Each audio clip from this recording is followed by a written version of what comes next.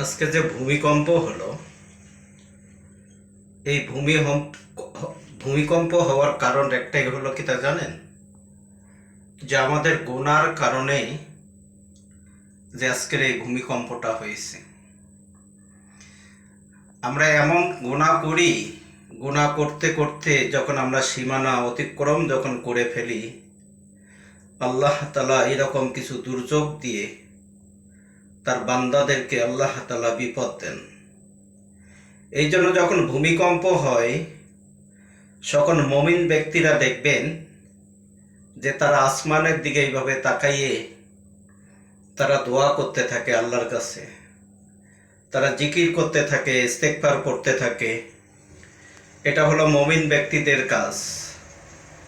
আর আমরা তো ভূমিকম্প হইলে আমরা চিল্লা ফাল্লা শুরু করে দেই, কিন্তু আল্লাহর কাছে দোয়া করি না, ইস্তেগফার করি না। আমাদের গুনার কারণে এই ভূমিকম্পটা হয়ে গেল আজকে।